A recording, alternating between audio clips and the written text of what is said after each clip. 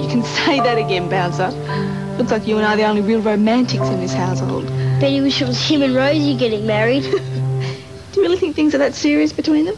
All he does these days is sit around and dream about it. Dogs don't dream, Dave.